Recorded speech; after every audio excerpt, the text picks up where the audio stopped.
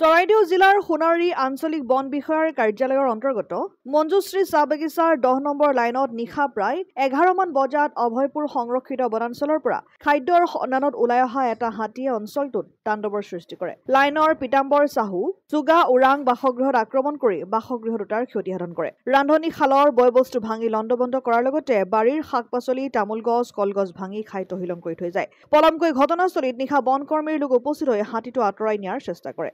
যে বিগত বৰ্ষতে চুগা ওৰাঙৰ বাসগৃহ হাতীয়ে ভাঙি নষ্ট কৰিছিল। ৰাইজে হাতী মানুহৰ সংঘাতৰ এক স্থায়ী সমাধানৰ দাবী জনাইছে। रात में 11 बजे रात में आया था। हम लोग तो सोए हुए थे। कितना हाथी आया था? एक आया था तो हल्ला उल्ला किया तो हम लोग उठे बच्चा से चले के।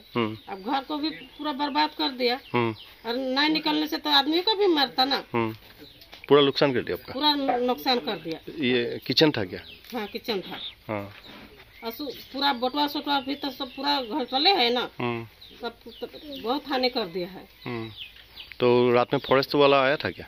12:30 बजे रात में आया था। अच्छा। और हाथी आते रहता क्या? हाँ आते रहता है। भुला दे के।